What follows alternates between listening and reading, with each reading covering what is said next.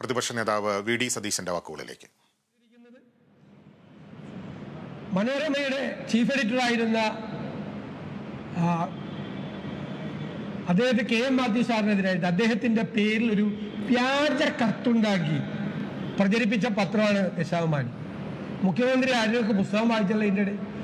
മുഖ്യമന്ത്രി ബെർലിൻ കുഞ്ഞനന്ദൻ നായരുടെ പുസ്തകം കൂടി ഒന്ന് വായിക്കണം.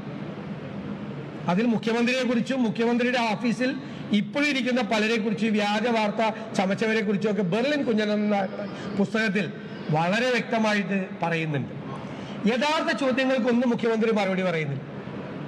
മുഖ്യമന്ത്രി ഒളിച്ചു കളിച്ചു ഇന്ന് യഥാർത്ഥത്തിൽ ഏത് കേസിലാണ്?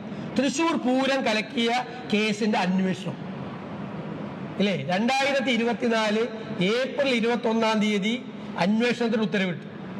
ആ ഉത്തരവിൽ മുഖ്യമന്ത്രി പറഞ്ഞിരിക്കുന്നത് ഒരാഴ്ചക്കകം അന്വേഷിച്ച് റിപ്പോർട്ട് നൽകണമെന്നാണ്. ഒരാഴ്ച കഴിഞ്ഞ് 5 മാസം കഴിഞ്ഞു. എന്നിട്ട് കഴിഞ്ഞ ആഴ്ച വീണ്ടും നീട്ടിക്കൊടുക്കുന്നവർ എന്താണ് 5 മാസം അന്വേഷിക്കാൻ? തൃശ്ശൂർ പൂരം കലക്കിയത് അന്വേഷിക്കാൻ, തൃശ്ശൂർ പൂരം കലക്കിയത് അന്വേഷിക്കാൻ 5 മാസം കഴിഞ്ഞു. ഒരാഴ്ചക്കകം റിപ്പോർട്ട് തള്ളണം എന്ന് കേരളത്തിന്റെ ആഭ്യന്തര വകുപ്പിന്റെ ചുമതലയുള്ള മുഖ്യമന്ത്രി ആവശ്യപ്പെട്ടിട്ട് 5 മാസം കഴിഞ്ഞിട്ട് റിപ്പോർട്ട് കൊടുത്തില്ലെങ്കിൽ എന്തിനാണ് മിസ്റ്റർ പിണറായി വിജയൻ നിങ്ങൾ ആ കസേരയിൽ ഇരിക്കുന്നത്? എന്തിനാണ്? നിങ്ങൾ ആഭ്യന്തര വകുപ്പെങ്കിലും ഒഴിഞ്ഞു കൊടുക്കുക. നിങ്ങളെ കൊണ്ട് പോലീസിനെ നിയന്ത്രിക്കാൻ പറ്റില്ല. നിങ്ങൾ വിചാരിച്ചാൽ റിപ്പോർട്ടും കിട്ടില്ല എന്ന് പറയാമോ?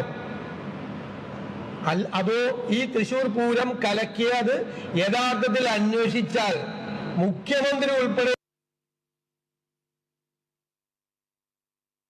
പ്രതിപക്ഷ നേതാവ് വി ഡി സതീശന്റെ വാക്കുകളാണ്. മുഖ്യമന്ത്രി ഇന്ന് വാർത്താ സമ്മേളനത്തിൽ നടത്തിയ പരാമർശങ്ങൾക്കാണ് അദ്ദേഹം മറുപടി പറയുന്നത്. 5.5 മാസമായിട്ടും തൃശ്ശൂർ പൂരം കലക്കിയതുമായി ബന്ധപ്പെട്ട റിപ്പോർട്ട് വാങ്ങിക്കാൻ തയ്യാറല്ലെങ്കിൽ അത് കിട്ടിയില്ലെങ്കിൽ ആ സ്ഥാനത്തിരിക്കാൻ, ആഭ്യന്തരമന്ത്രി സ്ഥാനത്തിരിക്കാൻ പിണറായി വിജയൻ യോഗ്യനാണോ എന്നാണ് പ്രതിപക്ഷ നേതാവ് ചോദിക്കുന്നത്.